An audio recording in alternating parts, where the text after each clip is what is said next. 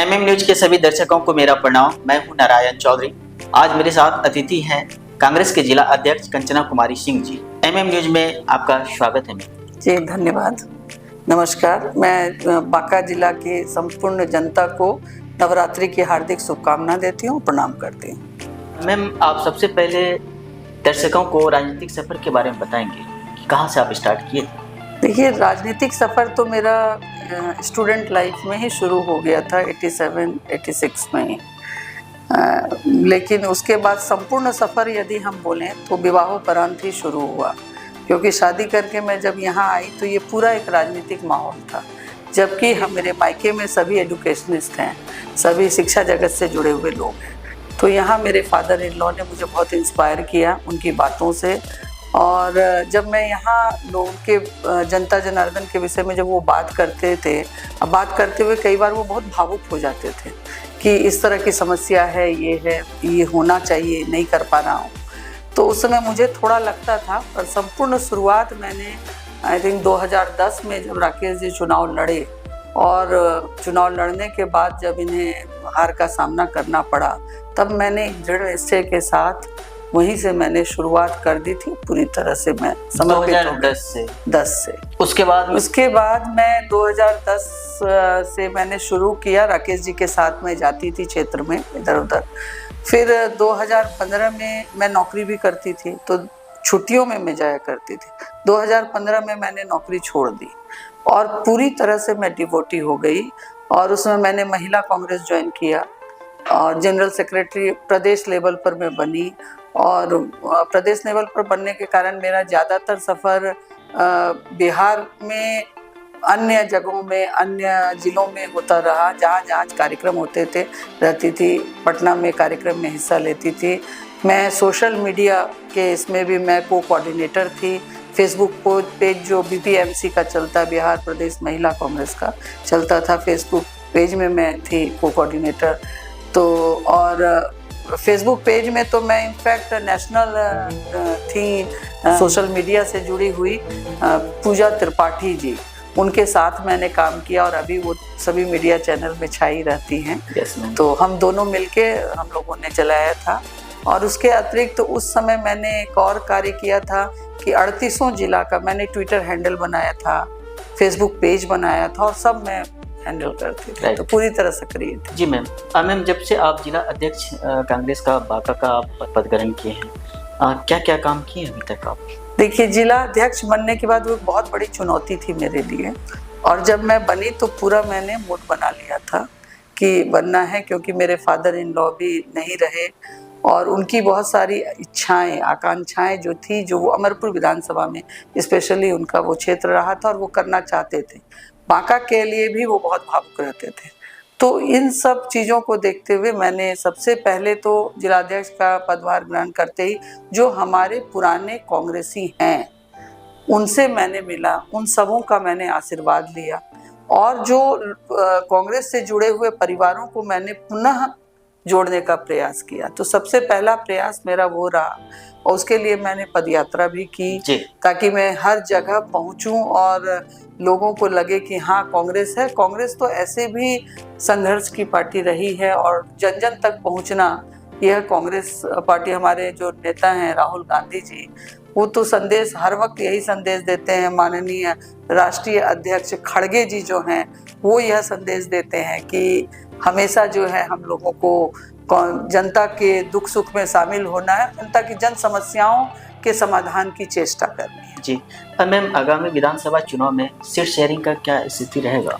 देखिए, एक जिलाध्यक्ष होने के नाते मैंने 5 विधानसभा में मैंने मांगा है। अब ये आला कमान तय करेंगे। ऊपर जो हमारे अध्यक्ष जी हैं आदरणीय राजेश राम जी हैं और पूर्व अध्यक्ष मदन मोहन झा जी सर, अखिलेश प्रसाद सिंह जी, उन्होंने ही मुझे जिलाध्यक्ष बनाया है पूर्व अध्यक्ष ने।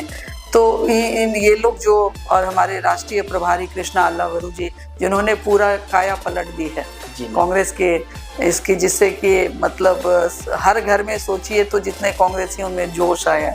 राहुल जी की पद यात्रा ने और यात्रा ने तो खैर गजब ढा दिया है। जी मैम, जब अमरपुर विधानसभा घूम रहे थे तो बहुत सारे जनता का कहना था कि इस बार कंचना कुमारी सिंह जी भी अगर आती हैं कांग्रेस से तो उनको हम लोग बेहद प्रेम देंगे और जिताएंगे। नहीं, ये तो देखिए उनका प्रेम है, क्योंकि मैं जब भी गई हूँ तो मैं जन समस्याओं से जुड़ी हूँ, महिलाओं के पास गई हूँ। अमरपुर में टैलेंट की कमी नहीं है, महिलाओं में एक से एक हुनर है, स्किल है, लेकिन वो डेवलपमेंट की बात कोई करता ही नहीं। आप देखेंगे विधायक, अभी जो वर्तमान विधायक है, ये बड़ा दुर्भाग्य है कि 3 बार वो मंत्री बने। एक 5 साल के कार्यकाल में उन्हें 3 बार मंत्री बने और 3 अलग अलग विभाग, ग्रामीण कार्य मंत्री बने, लघु जल संसाधन मंत्री रहे, अभी भवन निर्माण मंत्री। वो तो पूरे अमरपुर का काया पलट वो कर सकते थे चाहते तो, लेकिन ऐसा लगता है अब वो जाने कि वो क्यों नहीं किए। अब उन पर मैं टिप्पणी ज़्यादा करना नहीं चाहूँगी, लेकिन हमें तो वो विकास जो होना चाहिए था वो नहीं दिखता। स्किल इतनी ज़्यादा महिलाओं में है। आप देखिए, यदि लघु संसाधन जल संसाधन मंत्री थे तब भी किसान जो है, किसान की हालत खस्ता हाल है। अभी जब चुनाव नज़दीक आया तो अब जो है वो बियर जो है, कोयड़ा बियर का वो हो रहा है, उसमें भी जो है ठीक तरीके से काम नहीं हो रहा है। जी मैम, अगर आप उनके जगह होते या अगर जनता इस बार आपको प्रेम देती है, अगर कांग्रेस आपके ऊपर विश्वास करे तो आप क्या क्या काम करेंगी? मेरा तो देखिए, जनता की वो जो चाहिए, रोटी कपड़ा मकान शिक्षा चिकित्सा, ये बुनियादी चीजें हैं। रोटी मिलनी चाहिए, ये सारी चीजें यदि आप देखेंगे तो रोजगार से जुड़ा हुआ है। सबसे पहले तो पलायन रोकना होगा।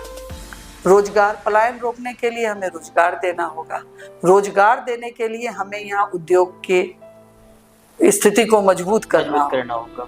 अब देखिए, जेठोरनाथ है, हमारे तेलडीहा मंदिर है, इसको हम यदि पर्यटन स्थल घोषित करें, पुराणों में वर्णित है, कर्ण चौरा है, यहाँ ऐतिहासिक जगहों की कमी नहीं है, ये दृष्टि होनी चाहिए। और यदि हम ऐसा करें तो देखिए, पर्यटन जब बढ़ेगा रोजगार बढ़ेगा। बिल्कुल। यहाँ विद्यालय नहीं है, आप देखिए सरकारी स्कूलों की स्थिति खस्ता हाल है। हम चाहे कितना भी कह लें कि नहीं बहुत पढ़ाई हो रही है, लेकिन आप जाकर देखिए सफिशिएंट टीचर नहीं है, शिक्षक नहीं है। बहुत से विद्यालय में जो है सही ढंग से शिक्षा हो नहीं पा रही है। बच्चे जो है सिर्फ एक भोजन करने जाते हैं और भोजन करके चले आते हैं। विद्यालय में छात्र और टीचर का रेशियो जो होना चाहिए वो नहीं है, जिसके कारण शिक्षा नहीं। आप पूरे इसमें देखिए, बांका पूरे जिला में ले लीजिए तो एकमात्र कॉलेज पीवीएस कॉलेज है। और दूसरा कॉलेज, मुझे गर्व महसूस होता है बोलते हुए कि मेरे ही कांग्रेस से जुड़े हुए हमारे नेता जो हैं आदरणीय महेश्वरी प्रसाद यादव जी, उन्होंने स्कूल से लेके विद्यालय तक का बना दिया है समुखिया मोड़ में। तो आज जो है उस पर हम आश्रित हैं। नहीं, वो तो कह रहे हैं कि पूरे बिहार में सड़कों की जाल बिछा दिए हैं, बिजली दिए हैं, शिक्षा में सुधार आया है, अस्पतालों में अच्छे डॉक्टर हैं। अच्छा, देखिए मैं एक एक करके मैं आपको जवाब दूं। उन्होंने कहा कि आप जाइए गांव में जाइए, सड़क जहां बाहर से दिखती है ना, वो सड़क उन्होंने बनाया, लेकिन सड़क वो कितने महीने तक रहता है? साल भी नहीं। सड़क बनती है, एक बारिश भी नहीं झेल पाती, वो टूट जाती है। हमने तो यहाँ तक देखा कि जब मुख्यमंत्री आ रहे थे, मैं आरएमके मैदान स्कूल के बगल में मेरा आवास है, रातों रात सड़क बना दी गई थी। रातों रात ये सड़क को रोक करके पूरे सड़क का निर्माण किया गया था, क्योंकि मुख्यमंत्री आ रहे थे। और 1 महीना नहीं बीता, वो सड़क की क्या हालत है अभी आप लोग रिपोर्टर हैं, देख सकते हैं। कहीं पहले की अपेक्षा अगर बात करें तभी सड़कें बनी है, बिजली की स्थिति भी अच्छा है, शिक्षा में भी सुधार हुआ है। मुझे लगता है कि और बहुत ज्यादा सुधार की जरूरत है, और ज्यादा सुधार चाहिए। बिजली की स्थिति सही हुई है, लेकिन ये प्रीपेड मीटर लगाकर जो चपत मार दी गई, तो वो तो सारा स्वाद ही बेकार हो गया ना। आप देखिए ना, अभी तो सबसे बड़ा मुद्दा एसआईआर का है, जिस पर राहुल जी पूरा आंदोलन कर रहे हैं और हम लोग उनको साथ दे रहे हैं। ये एसआईआर का जो मुद्दा है, उसमें मैंने खुद स्वयं 4 लोगों को मैंने निकाला, जिन्हें जीवित हैं और मृत घोषित कर दिया गया था। क्योंकि ये मैं प्रशासन या किसी को मैं दोष नहीं देती, क्योंकि ये असंभव कार्य करने के लिए इतने कम समय में 30 दिन में, वो भी मनुष्य हैं भाई, उनके भी घर गृहस्थी है, रात भर ये अत्याचार किया गया। आप आंगनबाड़ी सेविकाएं रोती थी बैठकर कि बताइए हम लोग कैसे करेंगे इतना कम दिन में, हम लोग के पैर में चक्का लगा है। मतलब आप कर्मियों के साथ हैं। जी बिल्कुल। लेकिन बिल्कुल अगर इलेक्शन कमीशन की बात करें तो आप उनके जस्ट अगेंस्ट में बात बिल्कुल बिल्कुल मैं अगेंस्ट में, देखिए इलेक्शन कमीशन के अगेंस्ट में नहीं, मैं उनकी नीति के अगेंस्ट में। उनकी जो ये नीति है कि रातों रात हम कर देंगे, हम 30 दिन के अंदर हमने कर लिया, वो दावा कर रहे हैं 30 दिन, वो कैसे हुआ है वो हम जानते हैं। बीएलओ जो है किस तरह से काम कर रहे थे, संभव नहीं है घर घर जाना, क्योंकि हम पद यात्रा मैंने निकाला है, मुझे पता है एक दिन में कितना किलोमीटर चल सकते हैं हम, तो इसलिए। आप कितना किलोमीटर चल रही थी मैम जब? नहीं, उसमें तो मैं बहुत कोशिश करती थी, तो 14-15 किलोमीटर मैं कर लेती। वोटर अधिकार यात्रा से कितना फायदा हुआ इंडिया गठबंधन? देखिए वोटर अधिकार यात्रा से फायदा ही फायदा है, क्योंकि ये लाभ है कि जनता को एक समझ में आया कि ये वोट चोरी उनकी हो रही है। वोट चोरी करना मतलब भविष्य चोरी करना। मैम आप कह रही हैं वोट चोरी मतलब कर रहे हैं, बिहार में अभी चुनाव है, तो जस्ट अभी कुछ दिन पहले झारखंड में सरकार बनी है, वहाँ पे आपकी ही सरकार है, वहाँ पे वोट चोरी क्यों नहीं हुआ मैम? वो यही सवाल तो हम इलेक्शन कमीशन से पूछते हैं, ये आप लोग को इलेक्शन कमीशन से पूछना चाहिए। खुद इलेक्शन कमीशन ने कहा कि 65 लाख मतदाता के नाम पूरे बिहार में कटेंगे, मतलब इलेक्शन कमीशन पहले से ही प्लान कर चुका है, तभी तो ऐसी बात वो कर रहे हैं। तो इसका हम विरोध कर रहे हैं, उनकी नीतियों का कर रहे हैं, हम इसके लिए नहीं कर रहे हैं कि क्यों हुआ। SIR होना चाहिए। ये अभी देखिए, अभी बंगाल का शुरू कर देते, बंगाल 2026 में है, अभी करते, यही करना था तो इसको 2024 में शुरू करना था उनको। ये एक महीने में ऐसी क्या आफत आ पड़ी थी कि तुरंत ये कर देना। और कौन मिला? रोहिंग्या मिला, कौन से घुसपैठी यहाँ मिले? कमीशन बीजेपी के कहने पर चल रही, क्योंकि बीजेपी चाहती है कि हर हाल में सत्ता हमारे हाथ में रहे, जो संभव नहीं है, क्योंकि जनता जाग चुकी है। तो वोट अधिकार यात्रा जो हुई, यह इसने जनता को पूरा झकझोर दिया है। आप जाइए, बच्चा बच्चा गांव में बोलता है वोट चोर गद्दी चोर। अब मोदी जी प्रधानमंत्री नहीं बोलते, वो फोटो देखते हैं, तस्वीर देखते हैं, टीवी में देखते हैं, मोबाइल पर देखते हैं, बोलते हैं वोट चोर गद्दी चोर। अगर आपको अमरपुर विधानसभा को कोऑर्डिनेट करने का मौका मिलता है तो आप क्या काम करेंगी वहाँ पे? देखिए सबसे पहले तो मैं उनकी जो जन समस्या है, मैं गई गांव गई हूँ, गलियों में उन्हें रास्ता, कहते हैं रास्ता बना दिया, सड़क बनी, लेकिन वो गली में एक जगह मैं गई थी, बारिश का समय था, वो रोने लगे वो लोग, क्योंकि मैंने खुद देखा कि उनका गेट जो है नाली से सटा हुआ है, और नाली के ऊपर जो पतला सा बना हुआ रहता, उस पर चढ़ के वो जाके घर में घुस रहे थे। उन्होंने कहा कि हमारे बच्चे जब बारिश के समय में लबालब हो जाता है, नाली में गिर जाते हैं। तो इन स्थितियों को मुझे सुधारना है। क्या लग रहा है कि जितना विकास होना चाहिए अमरपुर विधानसभा में नहीं हुआ है? ये मुझे बोलने में मैं इसको 10% भी नहीं मानती हूँ। ये ऊपर हुआ है। ऊपर से जैसे नहीं होता है कि मेकअप कर दिया, बस वो मेकअप है ऊपर का, और कुछ नहीं है। कहीं आप देखिए किसान खस्ता हाल स्थिति में है, आप जल संसाधन मंत्री थे और आपने किसानों की समस्याओं को दूर नहीं किया। जब बारिश होती है पानी जमा हो जाता है। बंसीपुर में जाकर देखिए, बंसीपुर में पानी जमा रहता है, वहाँ के लोगों ने मुझे दिखाया, और वो जल निकासी का कहीं से कोई स्कोप नहीं है। तो जब हम सड़क निर्माण कर दे रहे हैं लेकिन जल निकासी का कहीं से कोई उनको स्कोप, तो सड़क इसलिए पानी कहाँ जाएगा? हमारे कस्बा गांव, मेरा जो मायके है, चले जाइए कस्बा गांव, वहाँ देखिए गली देखेंगे, वो पूरा हर समय सालों भर वो पानी से भरा हुआ रहता है। और मैंने कितने आवेदन उस पर दिए हैं। मंत्री जी से मैंने फोन पर बात करके कहा कि समस्या का समाधान करिए, लेकिन कुछ नहीं, उन्होंने नहीं सुना, कुछ नहीं हुआ। मैम अंचल की क्या स्थिति है अभी? एकदम बहुत खराब स्थिति है। एक शिक्षित व्यक्ति, जैसा अम्बेडकर जी कह रहे थे, पूरे सबसे पहले व्यक्ति को शिक्षित होना जरूरी है। शिक्षित व्यक्ति ही संपूर्ण विकास कर सकता है, अपने आस पास अगल बगल हर चीज को बदल कर रख सकता है। तो मैं शिक्षा के क्षेत्र में मैं चाहूंगी कि अमरपुर में मैं विद्यालय बनवाऊं, अमरपुर में बने, जिसमें बच्चे उच्च शिक्षा स्तरीय शिक्षा ग्रहण कर पाए और भली भांति कर पाए, उन्हें डिग्री लेने के लिए बांका न दौड़ना पड़े, भागलपुर न जाना पड़े।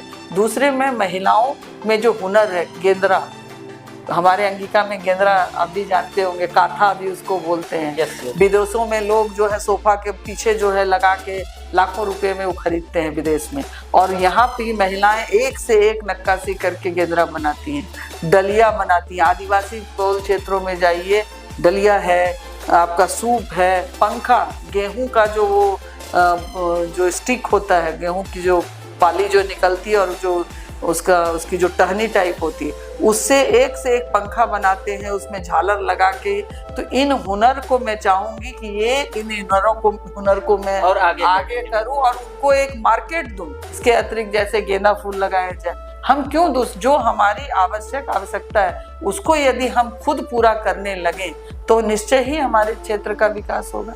तो हमारे पास विजन है कि हम पर्यटन बनाएं, जेठौरनाथ को, तिलडिहा महारानी को, कर्ण चौरा को, इन सब को पर्यटन स्थल हम घोषित करें, महिलाओं के हुनर को आगे लाएं, उनको उनके जो सिलाई केंद्र हम ज़्यादा से कढ़ाई ये ज़्यादा से ज़्यादा सेंटर खोलें जिसमें कि वो लोग कर सकें। और महिलाओं की बुनियादी समस्या जैसे सैनिटरी नैपकिन है उसका हम जो है लगवा सकें। वो बहुत हमारी महिला कांग्रेस की महिला विंग के इसमें बेगूसराय में जाइए, अपना मशीन बैठाया हुआ है और वहाँ पर हो रहा है। तो इन सब चीज़ में, और मेरा तो ये भी विचार है कि विद्यालयों में फ्री मिलना चाहिए इसे। बिल्कुल क्लास 6-7 से फ्री हर माह मिलना चाहिए। प्रशांत किशोर जी कह रहे हैं कि हम हैं, बाकी सब कम है। देखिए ये हर जितने भी हैं वो सबको ऐसा ही लगता है कि मैं ही मैं, लेकिन वो तो जनता निर्णय करेगी। फिर तो आपको भी लगता होगा। नहीं, मुझे ऐसा नहीं लगता। मैंने हमेशा खुद को जमीन से जोड़ कर रखा। बिल्कुल मैं इसमें नहीं हूँ कि मैं कुछ, और आज आप मुझे जिस रूप में जैसे देख रहे हैं वैसे ही मैं सब दिन रहूंगी, क्योंकि अल्टीमेटली मेरा मानना है कि व्यक्ति खाली हाथ आया है, खाली हाथ जाना है। अमरपुर विधानसभा में गुड़ की खुशबू जो है बहुत दूर तक जाती थी, अभी क्या स्थिति है? ये हमारा दुर्भाग्य है कि जब वहाँ पर गुड़ होता था, मैंने भी खाया है, हमारे यहाँ भी खूब गन्ना की खेती होती थी, लेकिन वो सब रुक गया। तो क्यों रुका? क्योंकि वो सुविधा उन्हें नहीं मिली। गुड़ होता था, फिर बिक नहीं रहा है, सही मूल्य नहीं मिल रहा है। तो ये लगभग हर इस क्षेत्र में ही है। तो उस खुशबू को मैं वापस जरूर लाना चाहूंगी कि वो आए। और बहुत दुखद है कि प्रधानमंत्री ने कहीं बिहार में ही कहा था कि अगली बार मैं आऊंगा कि यहाँ की चीनी की ही चाय बनाकर पीऊंगा, लेकिन वह कहीं नहीं हुआ। लेकिन मैं कोशिश करूंगी कि अमरपुर में जो है वह पुनः गुड़ की खेती हो। और वही क्यों, आप देखिए कटोरिया में सिल्क एक से एक बुनकर वहां पर हैं और बनाते हैं। मैं उसको भी चाहूंगी कि उनको सही मूल्य मिले। नए युवा पीढ़ी में काफी आक्रोश है, युवा फ्रस्ट्रेटेड हो रहे हैं, और जब वो कुछ शांतिपूर्ण आंदोलन करते हैं तो उन्हें लाठियां बरसाई जाती है। ऐसा तो अंग्रेजों ने भी नहीं किया होगा शायद, कि आप जब युवा मांग रहा है कुछ को शांतिपूर्ण ढंग से, वो किसी चीज का विरोध कर रहा है, आप उससे बातचीत करिए। पाकिस्तान से बात करने की बात हम करते हैं, पर अपने देश के युवाओं को कुचलने की बात हम पूरी तरह से दिखा देते हैं कि हम उनका दमन कर रहे हैं। पुलिसिया प्रहार करवा देते हैं। अभी हाल में भी शिक्षकों ने मांग किया, उन पर लाठियां बरसाई गई। युवा गए कि भाई हमारा पेपर लीक हुआ, हमारा एग्जाम क्यों कैंसिल हो रहा है, रिजल्ट नहीं आ रहा, उन पर लाठियां बरसा दी गई। 19 महीनों की सरकार में आप सोच सकते हैं कि कितने सारे जो है शिक्षक बन गए, हर घर में आज हैं। और स्पेशली महिलाएं, सबसे ज्यादा महिलाओं को लाभ मिल रहा है। तो ये चीज जब 19 महीने में हम उतना कर सकते हैं, तो आप सोचिए। लोग कहते हैं 70 साल में कांग्रेस ने क्या किया। अरे जीएसटी लगाकर अभी जीएसटी का ये कम कर दिया गया। बिल्कुल। तो ये क्या है, ये आंखों के ऊपर पट्टी ये किया, बांध दिया गया। आपने पहले जो है सांप से काट दिया, फिर उसका जहर निकालने का प्रयास कर रहे हैं। आपने तो करोड़ों रुपए वसूल लिए जीएसटी लगाकर। और कितनी दुखद बात है कि 3% जीएसटी आप लेते हैं डायमंड पर, और मेडिसिन पर आप 17-18% लगा देते हैं। अभी वो कम किया है, लेकिन और कम होना चाहिए। अभी और उसमें सुधार की आवश्यकता है। जी मैम, आप अमरपुर विधानसभा की तैयारी कर रहे हैं, अमरपुर विधानसभा की जनता से क्या आप कहेंगे? हम अमरपुर विधानसभा की जनता से इतना ही कहना चाहेंगे कि भाई आप जो भी करिए सोच समझ कर करिए, सही व्यक्ति को चुनिए। लोग भुलावे में डालने वाले आएंगे। अभी सरकार 10-10 हजार रुपया खूब बंटवा रही है। ये क्या है, महिला का सम्मान नहीं है। कांग्रेस पार्टी 2,500 रुपया प्रति माह देने की बात करती है, सम्मान देने की बात करती है। वो 10,000 रुपये देकर हमारे वोट को खरीदने की बात कर रही है। तो हमें सचेत होना है। यदि हमारी सरकार आएगी तो निश्चय ही 25 लाख रुपए तक का स्वास्थ्य बीमा मिलेगा आपको। 2500 रुपये आपको इसके लिए हर महीने महिलाओं को सम्मान योजना में के तहत मिलेगा। और भी बहुत सारी योजनाएं इसके अंतर्गत हैं। 25 लाख तक का बीमा है।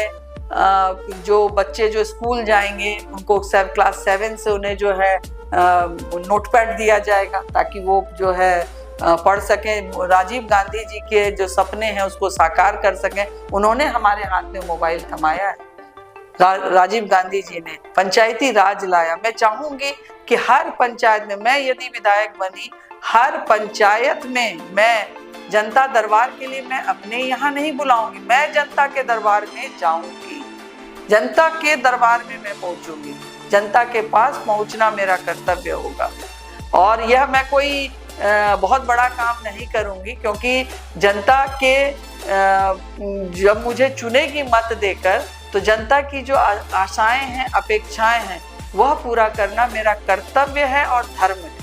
MM न्यूज में जुड़ने के लिए बहुत बहुत धन्यवाद। जी, जनार्दन को भी प्रणाम, नमस्कार, धन्यवाद।